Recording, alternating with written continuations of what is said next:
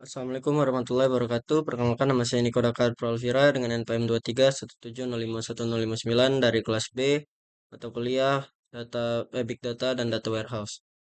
Di sini saya akan buat video pengganti untuk pertemuan kedua, yaitu untuk kontrol kuliah serta pengenalan Big Data dan Data Warehouse.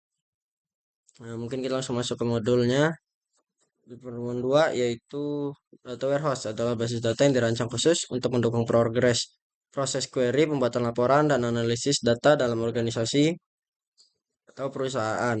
Data yang disimpan pada data warehouse merupakan data histori bisnis yang digunakan untuk keperluan analisis dan pengambilan kebutuhan.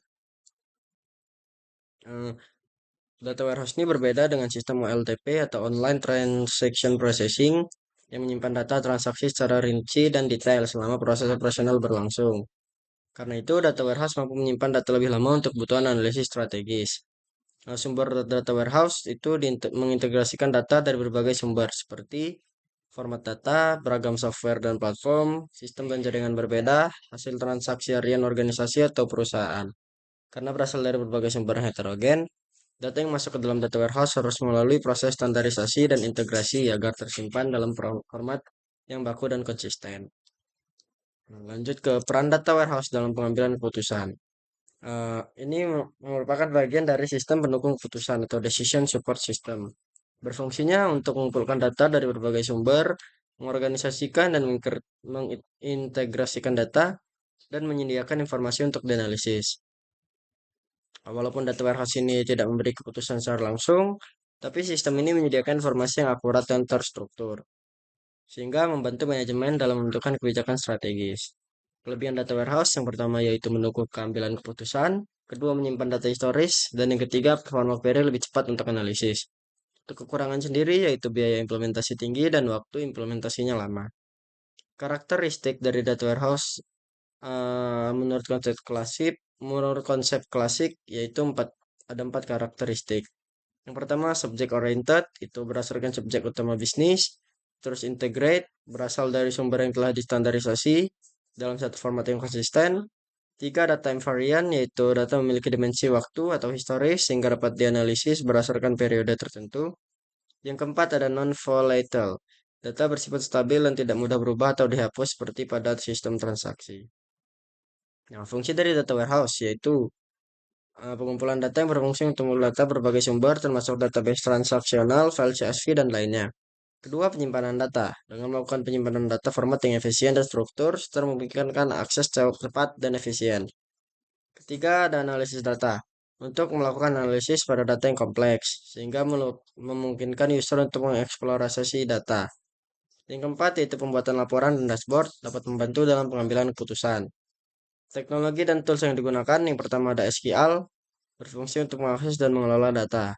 Yang kedua ada ETL, itu extract, transform, load, merupakan serangkaian proses untuk melakukan pengambilan data dari sumber, lalu mengubahnya menjadi format yang sesuai. Tiga ada OLAP, yaitu Online Analytic Processing, yaitu merupakan suatu teknologi analisis data dalam berbagai dimensi. Lanjut ke Big Data. Big Data itu adalah sekumpulan data dalam skala sangat besar yang tidak dapat diproses menggunakan alat pengolahan data tradisional.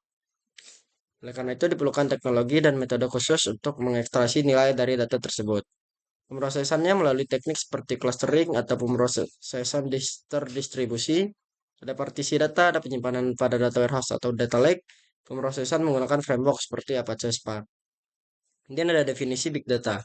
Definisi Big Data ini mengacu pada kumpulan data yang ukurannya melampaui kemampuan perangkat lunak database konvensional untuk menangkap, menyimpan, mengelola, menganalisis. Kapan Big Data itu muncul? Dimulai dari tahun 1663, yaitu oleh John Brown, yaitu seorang ahli epidemiologi dan demografi, merupakan algoritma pertama yang menggunakan statistik analisis pada wabah bubonik di Eropa. Kemudian berkembang pesat pada awal 1880, tepatnya ketika Biro Sensus AS kewalahan mengelola data yang begitu banyak. Sampai akhirnya data center dibangun di Amerika sekitar tahun 1960-an. Kelebihan Big Data yang pertama mengambil keputusan lebih akurat, yang kedua mampu mengelola data dalam skala besar, yang ketiga mendukung berbagai jenis data. Yang kekurangan Big Data yaitu biaya infrastrukturnya tinggi, masalah keamanan dan privasi, dan kualitas data tidak selalu baik. Kemudian ada konsep 5V dalam Big Data.